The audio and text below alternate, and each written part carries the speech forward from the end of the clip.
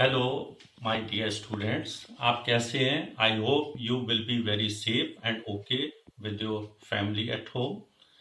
बच्चों, इससे पहले जो वीडियो आपने देखा होगा उसमें हमने English prose lesson 1 a girl with a basket, उस लेसन की हमने रीडिंग शुरू की।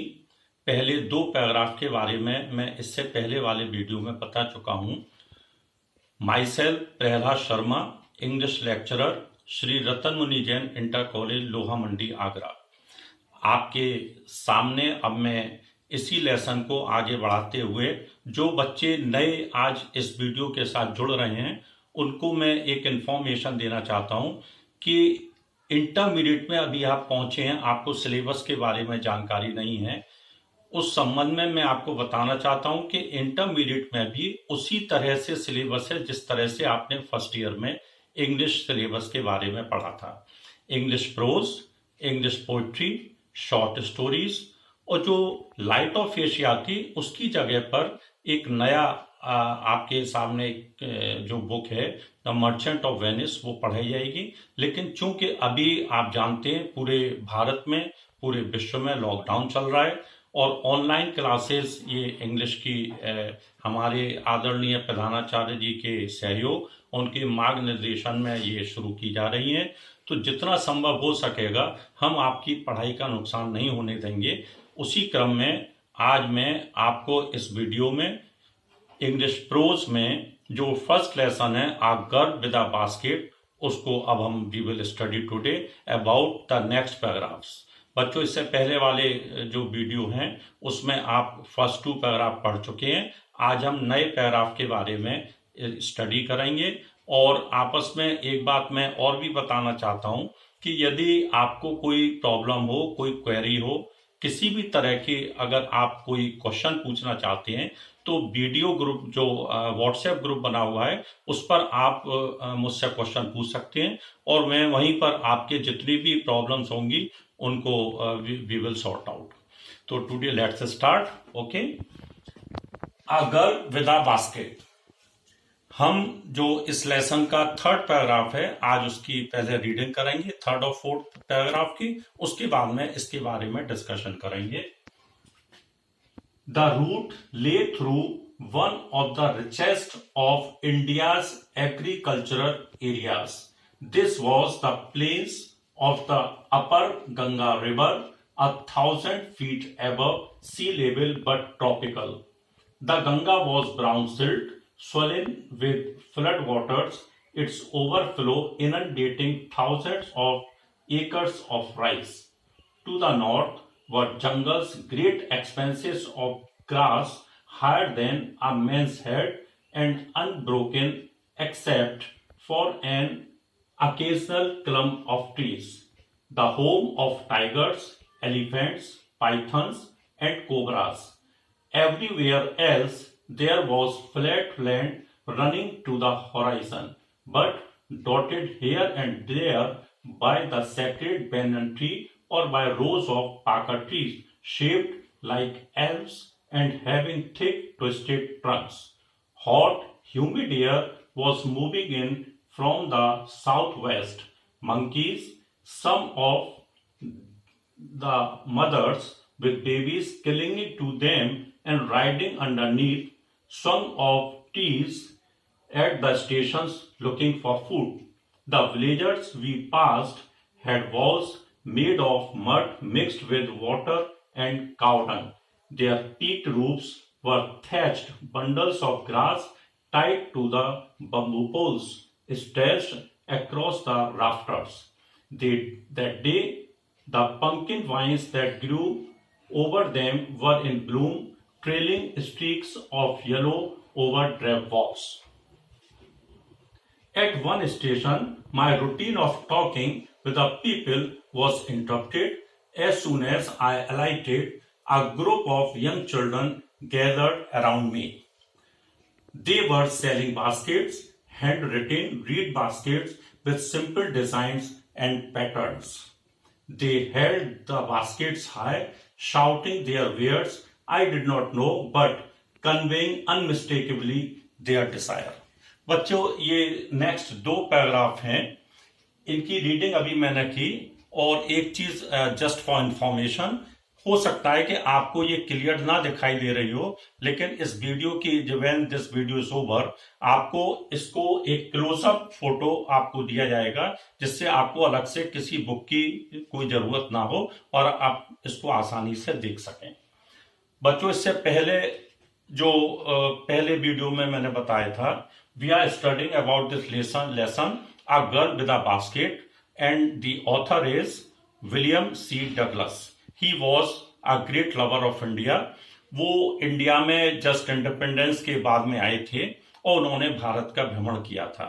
बच्चों, हिमालय के दर्शन करने के लिए और भारत के लोगों की जानकारी लेने के लिए वो नई दिल्ली से पहले बरेली ट्रेन के द्वारा जा रहे थे। उसके बाद में बरेली से उनको रानीखेत बाई कार जाना था। ये कल मैंने आपको बता दिया था। Let's start from this third new paragraph. इसकी हिंदी मैंने यहां पर लिख दी है। दिल्ली से बरेली तक का रेलमार्ग भारत के समृद्ध कृषि क्षेत्रों से होकर गुजरता था। यह मैदान गंगा नदी के ऊपरी भाग में स्थित था, जो कर्क व मकर रेखा के बीच समुद्री सतह से 1000 फुट की ऊंचाई पर था। वहां गंगा भूरी मिट्टी युक्त बाढ़ के मैदान में धान के हजारों एकड़ भूमि में बह रही थी। इसके उत्तर में मनुष्य के सिर से भी ऊंची घास के विशाल फैले हुए जंगल थे। बीच में कहीं कहीं पेड़ों के समूह, ये जो चीता, हाथी, अजगर, कोबरा आदि से भरे हुए थे। इसके अतिरिक्त हर जगह क्षितिज के तक समतल मैदान में यहाँ कई जगह पवित्र बरगद के पेड़ तथा मोटे घूमे हुए तने तथा एल मछली होती है उसकी तरह आकार वाले पाकर पेड़ों की पंक्तियां थीं। दक्षिण पश्चिम से गर्म नमी युक्त हवा बह रही थी। बंदर, जिसमें मादाओं से चिपके हुए उनके बच्चे तथा पेड़ों की डालियों पर झूलते हुए, वे सभी स्टेशनों पर खाने की तलाश में थे। जिन गांव से गाड़ी गुजरी, वहां के घरों की दीवारें मिट्टी, गोबर, पानी आदि की बनी हुई थी। इन घरों की शिखर युक्त छतें सूखे घास फूस के बंडलों से, बांस से बंधी हुई थी, जो क्रम से थूनी से बंधे हुए थे। उस दिन भूरी दीवारों पर काशीफल की बेल पीले रंग की धारियों में बहुत खिल रही थी। Paragraph number 4। एक स्टेशन पर लेखक का लोगों से बात करने का क्रम बाधित हुआ। जैसे ही लेखक नीचे उतरा, छोटे बच्चों के एक समूह से उसने चारों ओर वे इकट्ठे हो गए। वे बच्चे साधारण डिजाइन व पैटर्न के बांस तथा हाथ की बनी हुई टोकरियों को बेच रहे थे। वे सब अपने टोकरियों को ऊंची उठाकर चीख रहे थे। लेखक उनकी भाषा नहीं समझ सका, परंतु इच्छाओं को स्पष्टतया समझ गया। बच्चों, अभी हम केवल इतने जो लेसन का जो पोर्शन है उसके बारे में बात करेंगे। The author started from New Delhi to Bareilly, and whatever you see on this paper, that is the description of the trip during the trip from New Delhi to Bareilly. जब वो वहां से जा रहा था तो उसने what did he see from the window of the office compartment? उसने क्या क्या देखा? जंगल थे, बहुत ऊंची ऊंची घास थी, and they were the homes of tigers, pythons, cobra, etc. और ये जो पूरा मैदान था, that was the upper Ganga river plain, and that was very dense, populated and very fertile too. उस मैदान को उसने देखा कि उसको साउथ वेस्ट से बहुत गर्म हवा भी आ रही थी। गांव बीच में जो पड़े, the houses in the villages, they were made of mud, cow dung and water. Pumpkins veins जगह जगह उसको दिखाई दी घरों के बाहर, and he was very fascinated by this all scenario.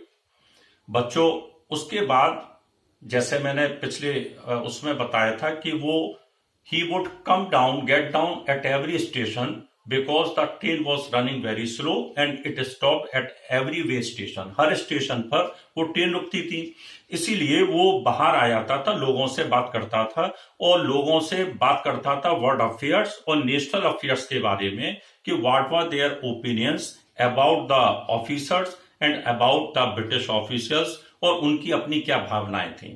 But at one of the station his talking to the people was interrupted.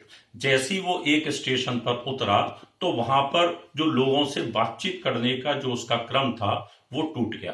कारण क्या था? कारण ये था कि when he got down at the station, he was surrounded by a group of children who were selling baskets, handmade baskets. जैसी वो station पर उतरा, बच्चों के एक समूह ने उसको चारों ओर से घेर लिया. उनके हाथों में हैंडमेड रीड बास्केट्स थे और they wanted to sell them all this basket to the author. वो जानते थे कि अंग्रेज है और जो भी बास्केट्स उसको बेचेंगे उसके बदले में उनको बहुत सारे पैसे मिलेंगे, क्योंकि वो फॉरेनर था. बच्चों ने जब उसको घेर लिया तो लोगों से बातचीत करने का उसका क्रम टूट गया.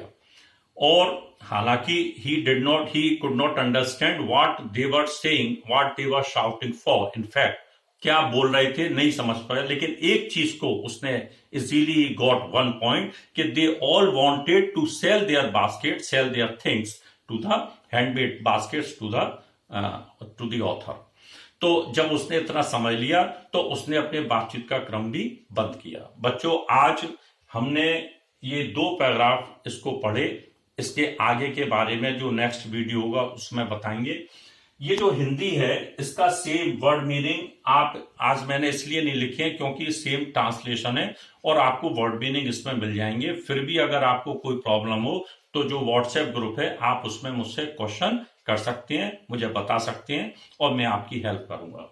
बच्चों, इसमें कुछ बहुत इंपॉर्टेंट कुछ वर्ड्स आए हुए हैं तो मैं उस वर्ड्स के बारे में वी विल डिस्कस. नंबर 1 है route, ROUTE, route. Some words they have the same pronunciation.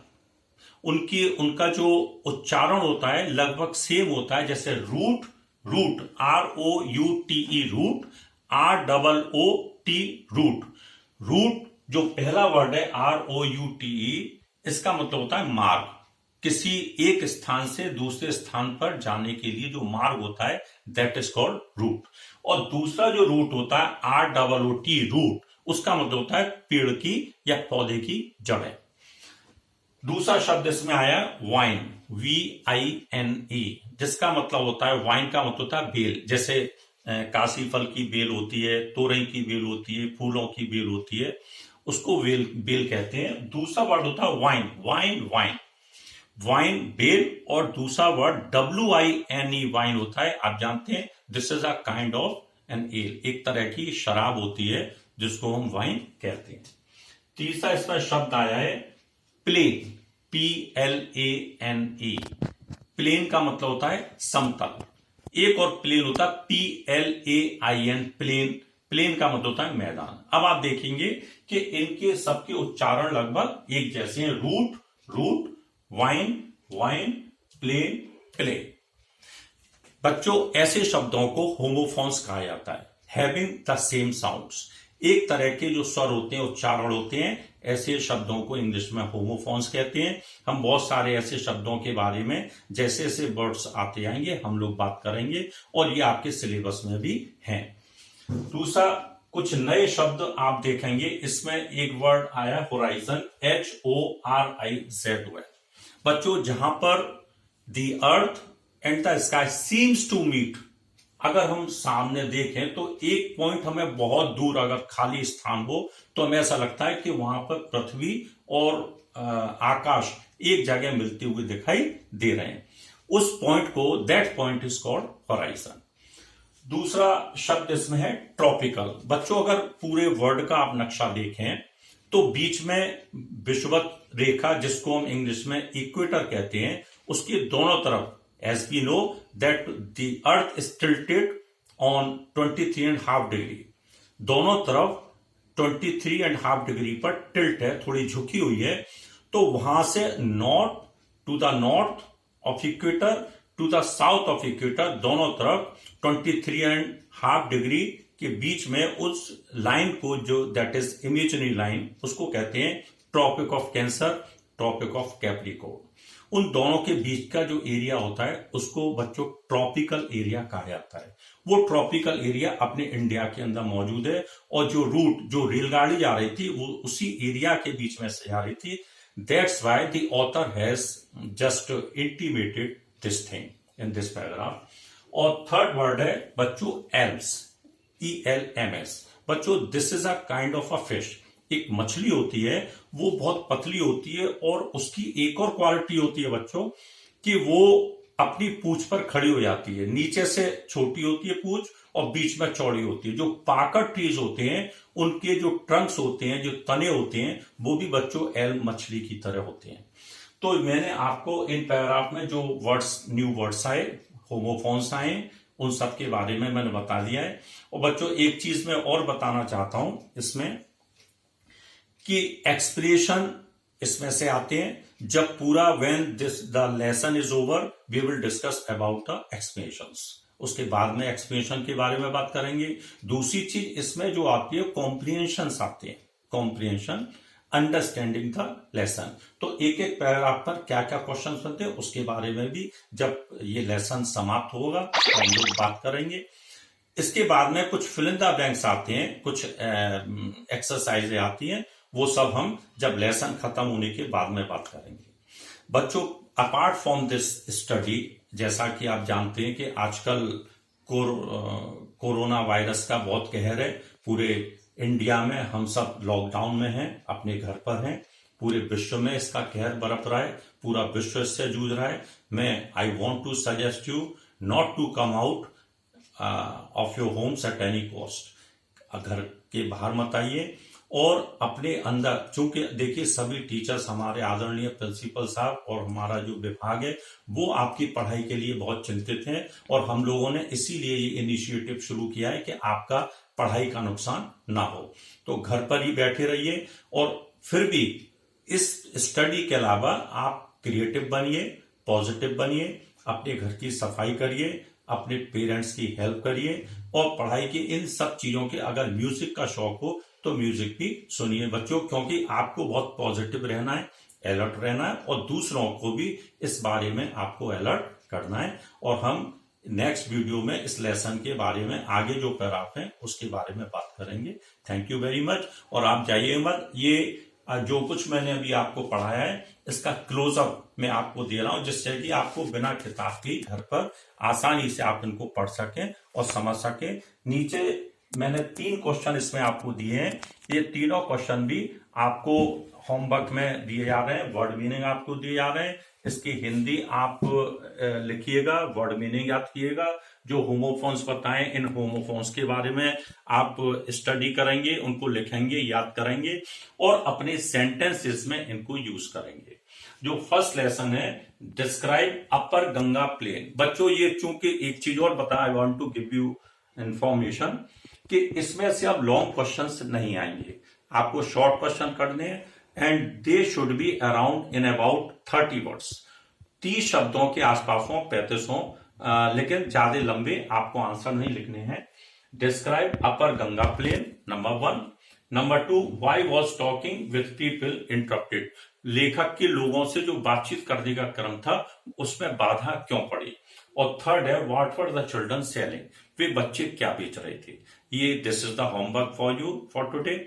आज आपको ये होमवर्क करना है, और उससे मैंने बता दिया, आपको कभी भी अगर कोई प्रॉब्लम है, कोई क्वेरी है, तो आप व्हाट्सएप ग्रुप से जुड़कर और वहां से मुझसे पूछ सकते हैं। मैं आपकी सब प्रॉब्लम को सॉर्ट आउट करूंगा। Thank you very much. आप इसको एक बार और देख लें, जिससे कि आपको किसी भी तरह की किताब की या उसकी आवश्यकता ना हो, और एक